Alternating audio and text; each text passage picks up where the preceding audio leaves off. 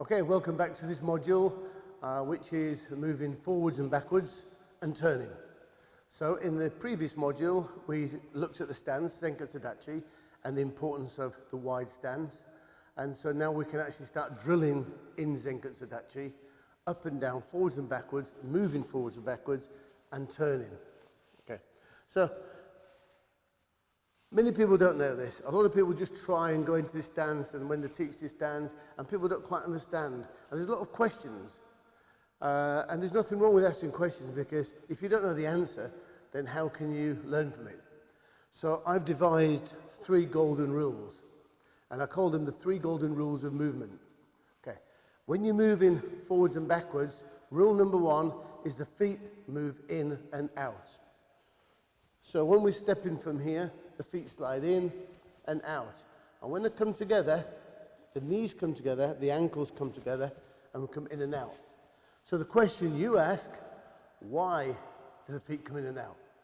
Well, if I was to step forwards without moving my feet in and out, and I was to go from here to here, point A, point B, I can't do anything until my foot lands. If the attack happens now, there's nothing I can do. I'm going straight into it till my foot lands. If I move to here and the attack happens now, I change direction. Come to here, I can turn. I can do anything from this position. I can change to a kick, to a punch, go backwards, sideways, or again, carry on the attack forwards. That's why the feet move in and out. Rule number 1, the feet move in and out. With me. Rule number 1, you got it. Rule number 2, we keep the same height. Okay, I'll demonstrate this from the side. What's the quickest way from A to B? That's right, in a straight line. Okay, there's the fist, there's the target. The quickest way is in a straight line. Watch what happens to the fist if I straighten my knees.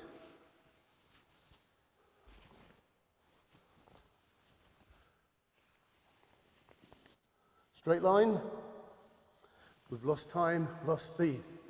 Now, if I keep the same height when I move,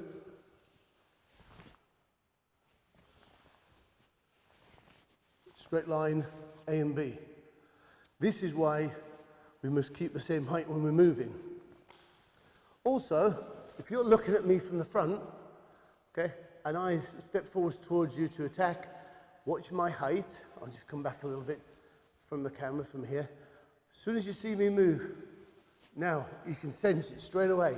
As soon as you see the upward motion, you can sense I'm coming towards you and take action. If I keep the same height,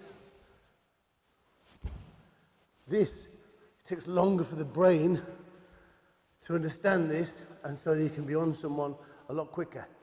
Keep the same height. Rule number 1, feet move in and out. Rule number 2, keep the same height. Rule number 3, the foot and the fist must land together. Let me show you an exercise. Okay, there's my fist, there's my foot. I'm going to step and punch. Okay, let's say that the fist goes first. The only power I've got now is by using the arm. The power of the arm, the shoulder, which means, again, whoever's got the biggest muscles wins. This is no good. What if the leg wins? The leg goes first. And then a punch. Exactly the same. You've only got the punch. But if the leg and the arm work together, with the breathing, together, then the power can come out. This is why the 3 golden rules are really important. What's rule number 1? What's rule number 2? What's rule number 3? Really important to remember them. Feet move in and out. Keep the same height, foot and fist land together. This is how we create our power. Okay, so now we're going to practice moving in this stance. Remembering the feet move in and out, and we keep the same height. Okay? The foot and fist landing together doesn't come in at the moment until we do the next module, where we start doing the punch and the blocks, and then it has to all come together then. So, from here, we can practice our yoi, because we finished that, done that in the last module. So, feet together, yoi.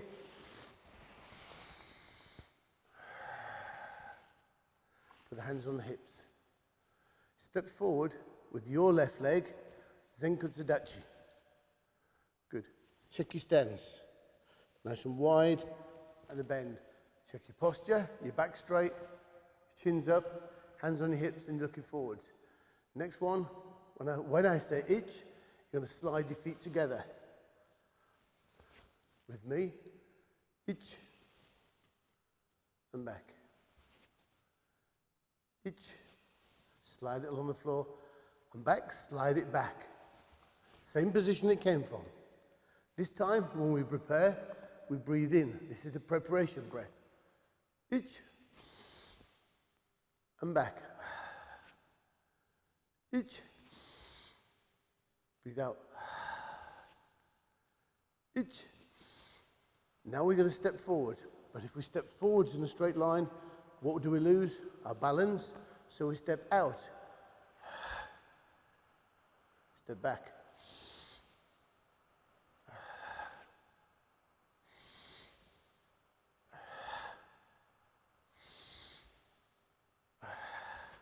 Notice there's no movement from the body, from the trunk, from the head. It's all still. It's just the legs doing the work. Keeping the same height. In, out. Now again forwards. In, out. One more time. In, out. Stepping back. In, out. In, out. In, out. Notice we're not blocking or attacking, so the hips stay neutral in the showman position. Okay, then from here, we're going to do one movement slowly. Glide past. You still must come to this position, but now we just touch and glide through it.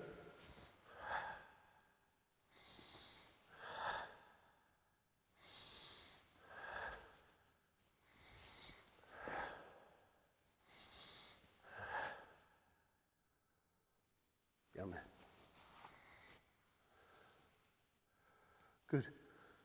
The other thing we're going to add on this, on the last module, we added yoi, which is ready. Now we're going to cover yame, which is finish. So if we're doing an exercise and we finish here, yame is finished, so we step back automatically into the start of the yoi position. Breathe. Now we're going to take an extra breath.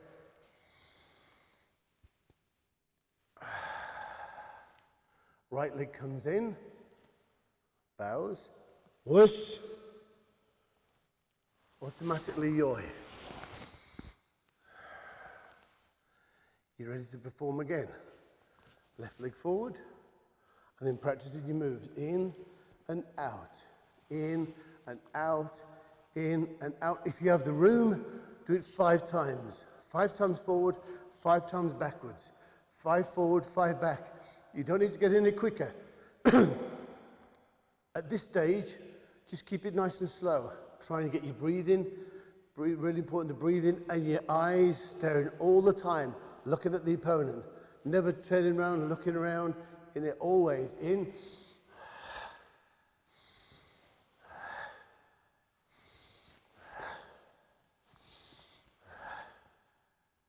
Yummy. Good. That's this module. It's really important, and it may look simple, but it takes quite a long time to do. Remember, foot and fist, land together, same height, feet move in and out. See you in the next. Now we've practiced moving forwards and backwards, we need to learn the turn. So, hands on your hips, and right leg forward. Imagine the point of a triangle. Your front foot is at the point of the triangle, your back foot's on the baseline. What we need to do is to move that back foot across the baseline, all the way across to the other point of the triangle, which is over here.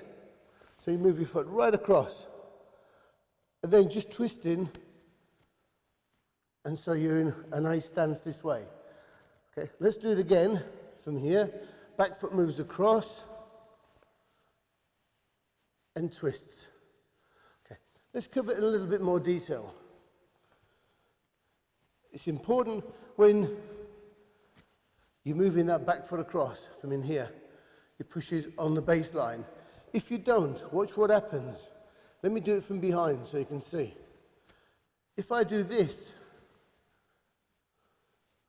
that's how I turn, which is no good.